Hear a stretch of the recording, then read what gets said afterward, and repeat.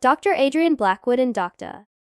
Eliza Hartman were admired not only for their brilliance in medicine, but also for the aura of perfection that surrounded them.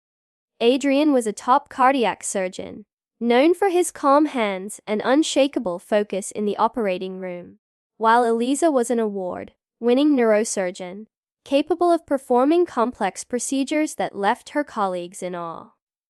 Together, they weren't just doctors. They were icons in their community. Their names were often spoken with admiration. Their lives displayed like a model of success, and for many, they were living proof that fairy tales did exist. Their romance had blossomed in the corridors of the hospital, where long shifts and late-night surgeries gradually turned professional respect into quiet admiration, and then into an unshakable love. The staff would whisper about how perfectly they matched.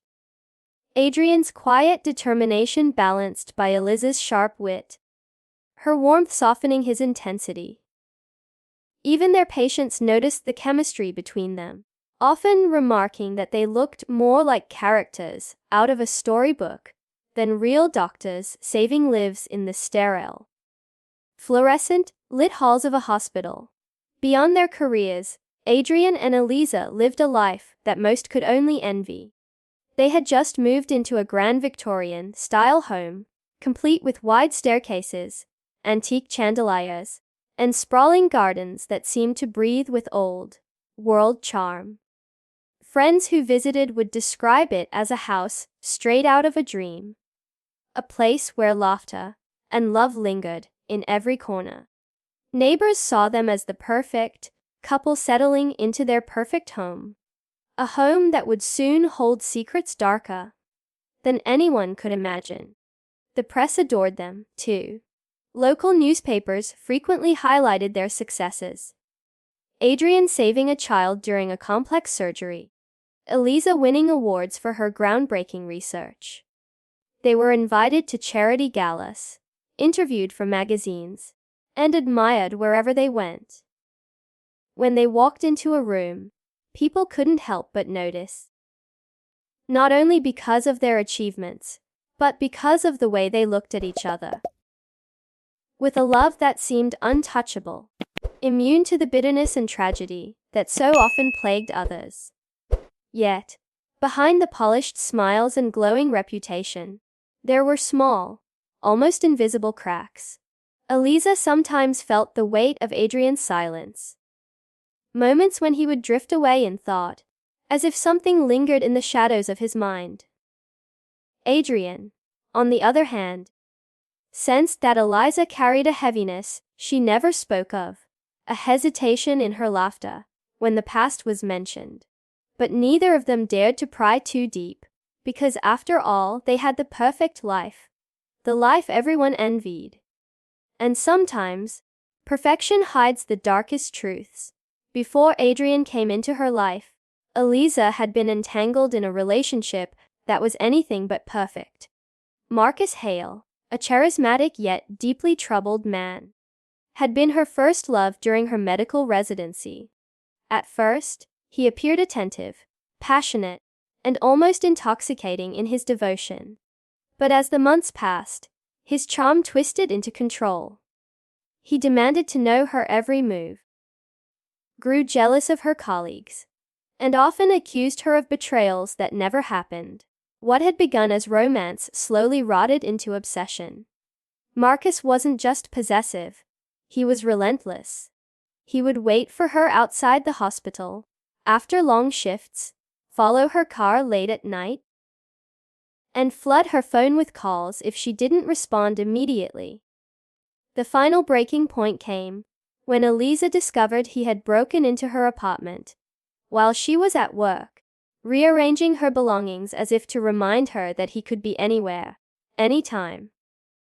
The violation shook her deeply, and she ended things with him, believing that cutting off contact would finally set her free. But Marcus didn't let go. He never did. When Eliza began dating Adrian, Marcus's anger escalated into venomous threats. He would send cryptic messages, handwritten notes filled with rage and heartbreak. At one point, he even confronted Adrian outside the hospital, hissing that Eliza would never belong to anyone else. Though Adrian tried to brush it off as the jealousy of a desperate man, Eliza couldn't shake the icy fear that Marcus meant every word.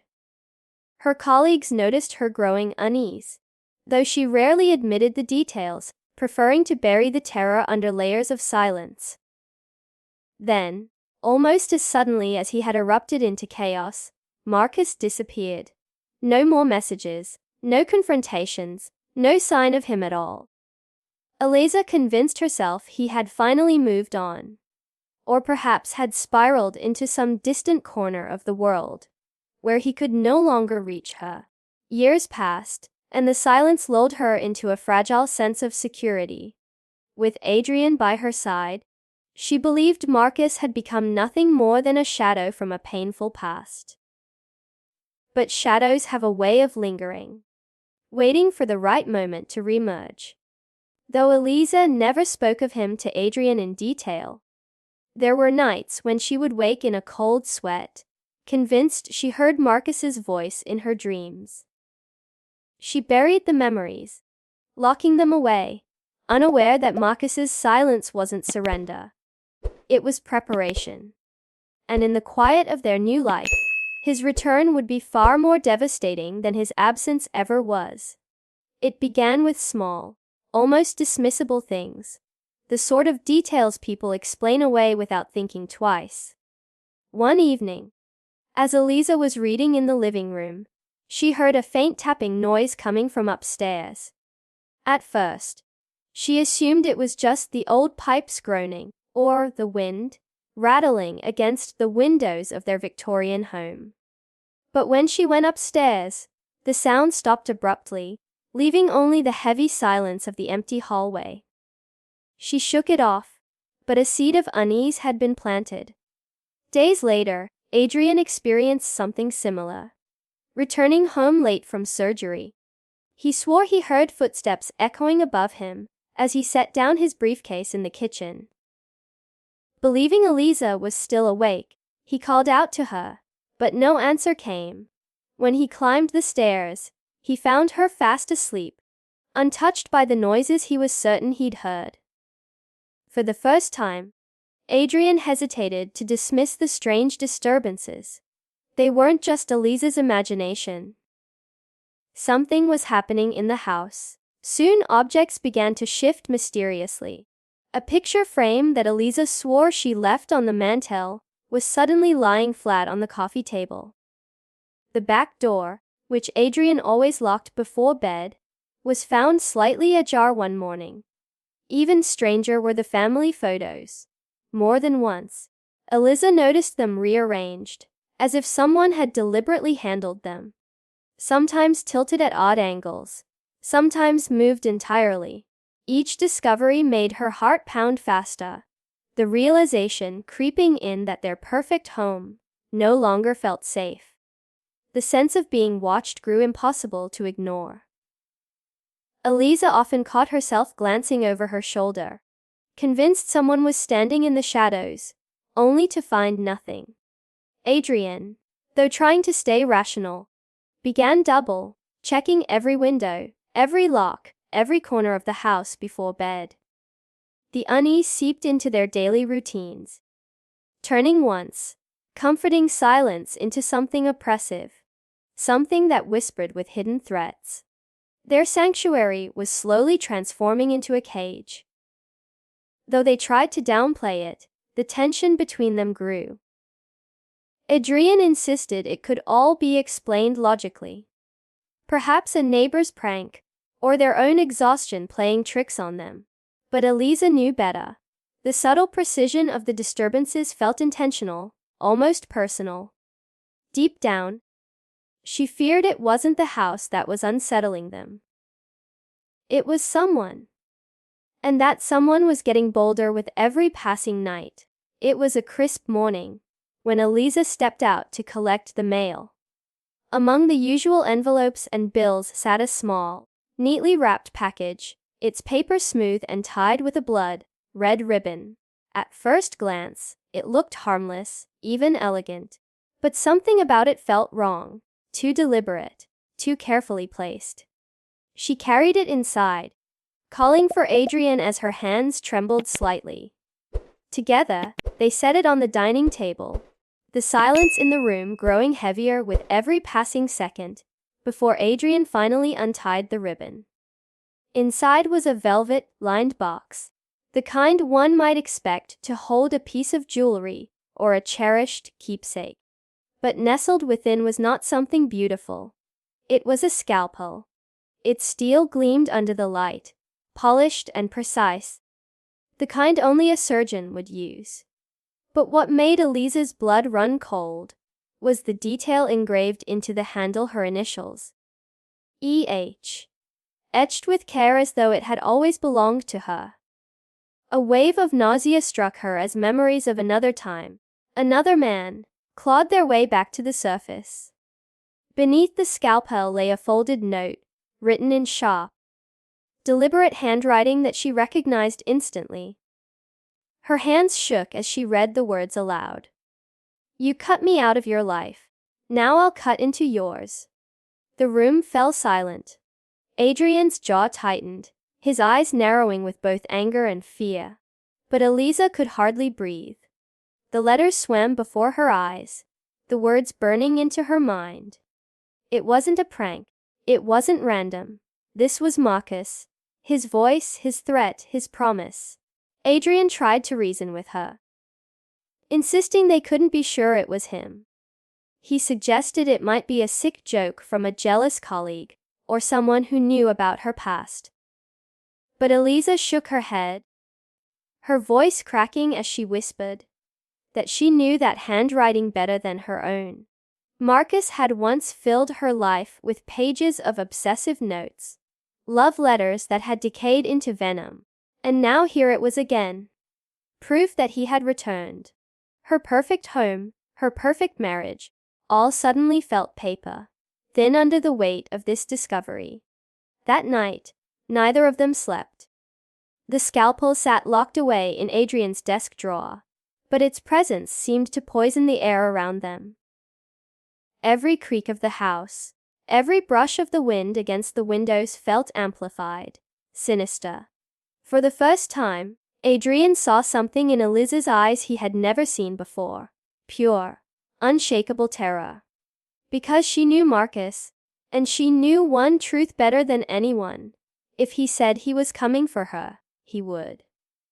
Not long after the package arrived, unsettling news began to ripple through the hospital. A handful of Adrian and Eliza's patients, ordinary people who had come in for routine check-ups or minor procedures, were suddenly vanishing. One had failed to return for a scheduled follow-up. Another had been reported missing by her family after leaving the hospital late at night. At first, the disappearances seemed unrelated, nothing more than tragic coincidences in a city where people went missing every day.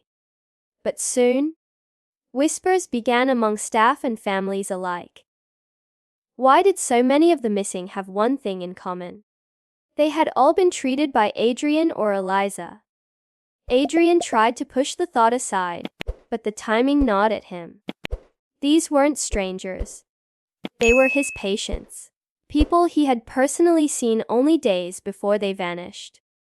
He replayed their last conversations in his head, searching for anything unusual, any clue that could explain their sudden absence. Eliza, meanwhile, grew increasingly paranoid. She remembered Marcus's words, the note that spoke of revenge, and she couldn't shake the thought that somehow, some way, he was behind this. If Marcus wanted to destroy her life, what better way than to taint the very thing she valued most? Her career, her reputation, her patients' trust. Then one evening, as Eliza searched for a misplaced file in their basement, she stumbled upon something that froze her. Where she stood, on an old wooden shelf sat a box she didn't recognize, filled with manila folders. Inside were medical records, patient files belonging to some of the very people who had recently gone missing.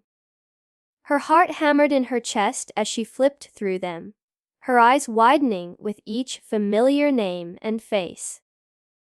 These weren't copies from the hospital. These were originals, taken from somewhere they should never have left. And smeared across one folder was a streak of dried, dark, red stains that looked disturbingly like blood. When Adrian came down and saw what she had found, his face went pale. He swore he had no idea how the files had gotten there. The two of them stood frozen, the weight of the discovery pressing down on them. Were they being framed? Had someone broken into their home to plant these? Or, far more terrifying, had Marcus been inside all along, collecting these trophies under their very noses? The thought made Eliza's knees weaken. Every creak in the house suddenly felt like footsteps, every shadow like a lurking figure watching them. The following day at the hospital, Eliza could feel the suspicious stares of her colleagues, as though the rumors had already taken root. Questions hung unspoken in the air. Were Adrian and Eliza somehow involved in the disappearances? Were the perfect doctors hiding something sinister? Eliza wanted to scream the truth, to tell them she and Adrian were being hunted, stalked by a ghost from her past. But how could she, when even the evidence in their own home seemed to suggest otherwise? The storm that night rolled in without warning, the sky splitting open, with thunder that rattled the very walls of the house. Rain hammered against the windows in furious sheets, and the wind howled like a chorus of voices outside their home. Adrian was in the study, reviewing medical notes by the glow of a single lamp, while Eliza curled up on the sofa, trying to distract herself with a book she could hardly focus on. The tension of the past weeks clung to them both, and when the lights suddenly flickered, plunging the house into complete darkness, Eliza's stomach dropped with dread. Adrian muttered under his breath and went down to check the fuse box, leaving Eliza alone in the pitch-black living room. For a moment, all she could hear was the storm raging outside, but then came something else. A sound so soft it made her blood run cold. Someone whispered her name, not once, but twice. Eliza, Eliza. It was not Adrian's voice. It was low, drawn out, and chillingly familiar, curling through the darkness like a ghost from her past. She froze, her breath caught in her throat, every muscle in her body screaming at her to move, yet she sat paralyzed in terror. The lights surged back on for just a flicker, long enough for her to see him. Marcus stood at the far end of the hallway, his face half-shadowed but unmistakable. His smile was unnerving, wide and deliberate, and in his hand gleamed the scalpel she had received in that dreadful package. For a split second their eyes locked, and Eliza felt as though the floor had vanished beneath her. Then, as quickly as the light had come, it died again, plunging the house into suffocating darkness. Her scream caught in her throat as footsteps echoed across the floorboards. Slow, deliberate, drawing closer. She stumbled toward the corner, her shaking hands feeling for anything she could use as a weapon. The storm outside masked much of the noise, but the sound of muddy footsteps dragging across their polished floor was unmistakable.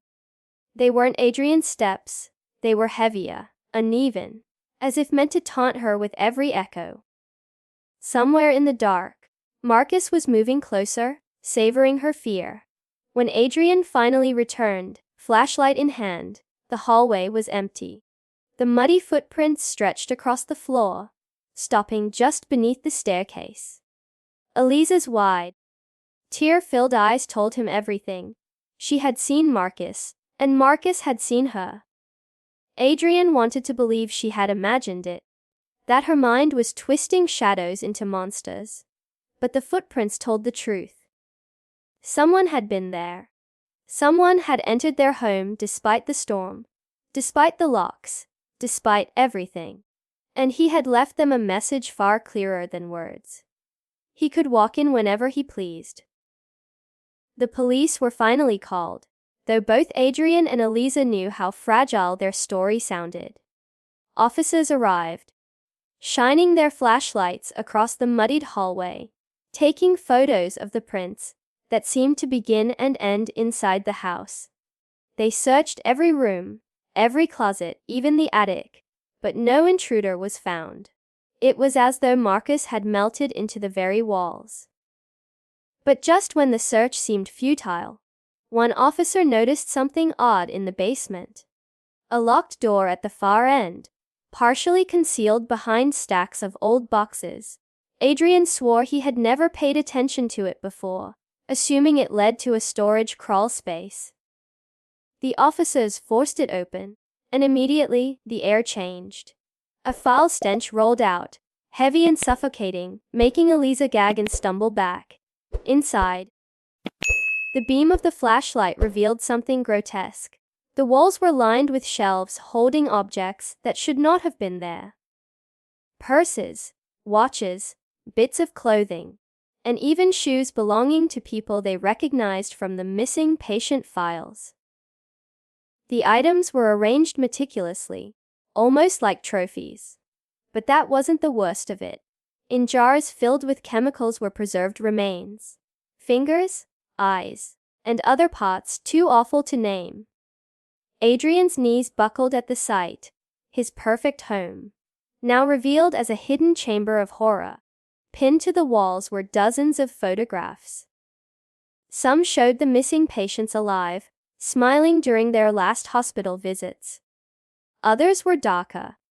Pictures taken inside the house, some of Eliza and Adrian sleeping peacefully in their bed, completely unaware they were being watched. One photo showed Eliza brushing her hair in front of the bathroom mirror. Another of Adrian at his desk, hunched over paperwork. Whoever had taken these images had lived in their space, studied them, and stalked them for far longer than they had imagined. At the center of the wall hung a single, enlarged photograph. It showed Adrian and Eliza together in their living room, their backs turned, oblivious to the camera watching them from the shadows. Across the photo, written in thick, crimson ink, were the words, "I was always in the house." The message wasn't just a threat, it was a confession. Marcus had been living among them, hidden behind the walls, watching every movement, every intimate moment, every fragile attempt at normalcy.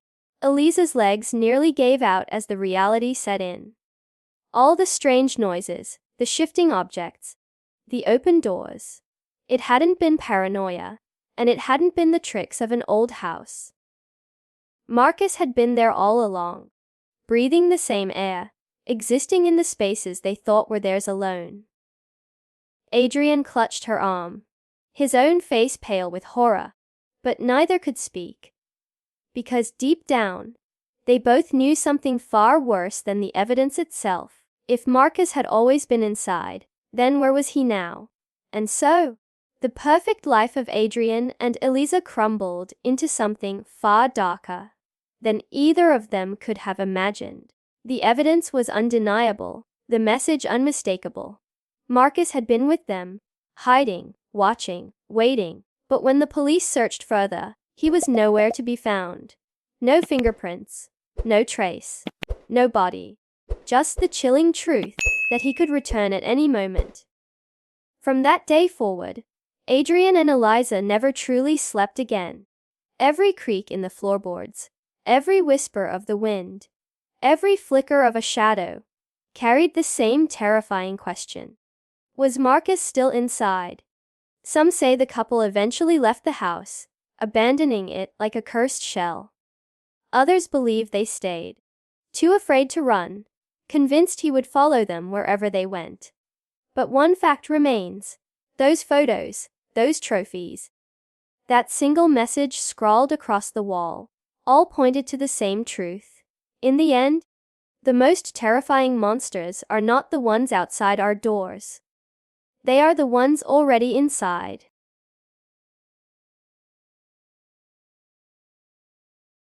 If you liked this video, don't forget to hit that like button, share it with your friends, and drop your thoughts in the comments below. Most importantly, subscribe and hit the bell icon so the next secret finds you first.